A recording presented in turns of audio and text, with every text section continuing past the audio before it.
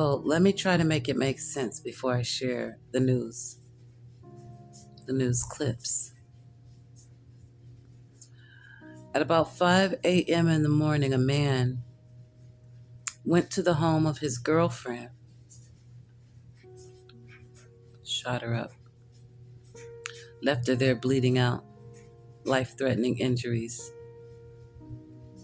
He then proceeded a few minutes away to his ex-wife's house. The ex-wife who he was separated from and getting ready to go through the final court proceedings. Y'all know how these custody battles and divorces, separations, all those go sometimes. So, trigger warning. When he gets to the wife's house, he goes inside, shoots her in the face. Then he goes to the bedrooms and he shoots not one, not two, not three, 8 children, 7 of them belonging to him, ranging from ages of 3 to 11, all gone. Most of them asleep in their bed. I guess that's the only thing we can be thankful for. They didn't even feel it. They didn't get to see their daddy taking their lives. 2 of the kids try to get away. One of them makes it to the roof, but no further. He's murdered there. This is what all the records say right now, and this is still unfolding. Another kid, a teenager, got away off that roof and was able to get help. The 911 calls start coming in.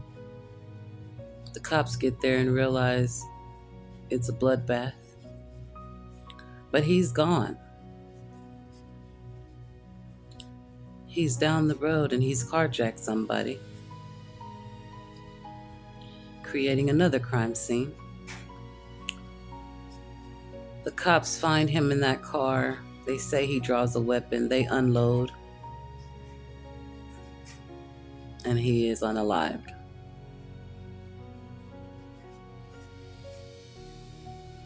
Four crime scenes. 10 people shot. 2 in critical condition last I checked. And 8 children dead.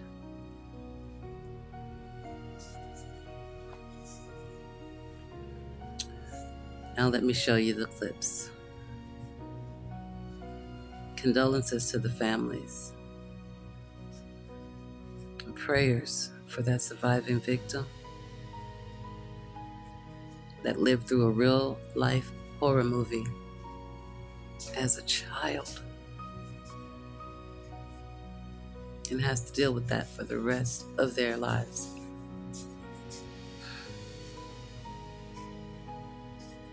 Domestic violence is no joke.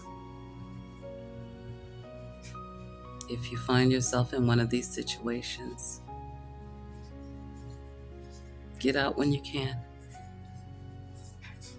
But be careful, because the end is the most dangerous time.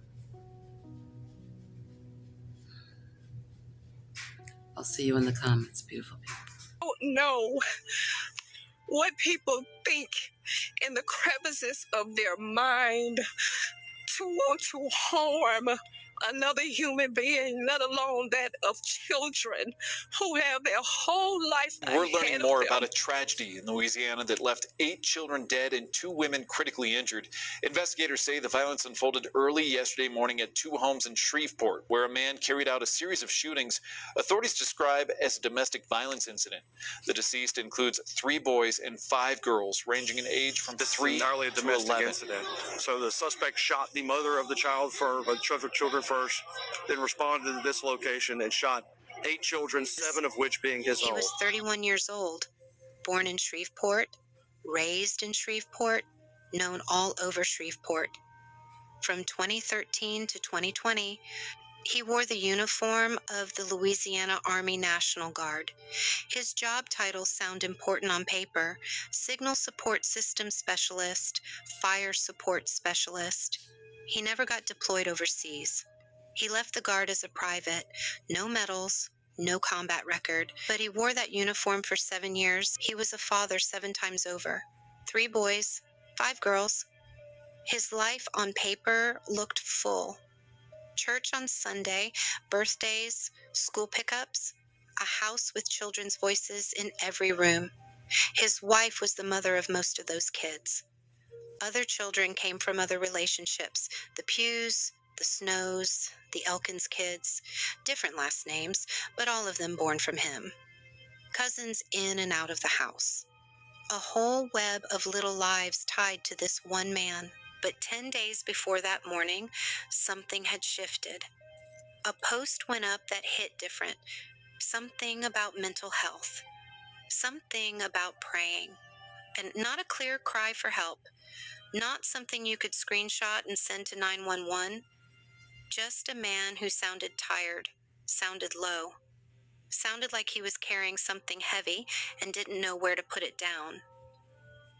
People scrolled past it. And the post read, "It's Thursday, April 9th, 2026. Dear God, today I ask you to help me guard my mind and my emotions.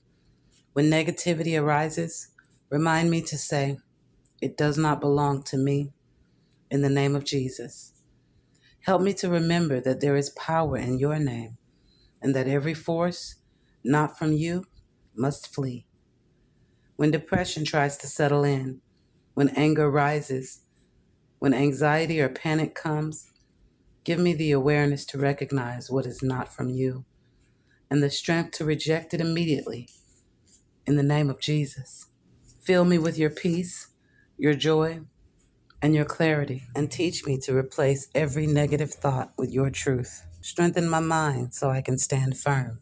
And it continued. People are still filling the Shreveport neighborhood tonight, emotional and upset over this shooting that happened both at this house behind me and another one just up the road. And police told me in the last hour it was a survivor of the shooting who escaped and called them to tell them about it. Just after 6 o'clock this morning, when police got here, they found 10 people had been shot.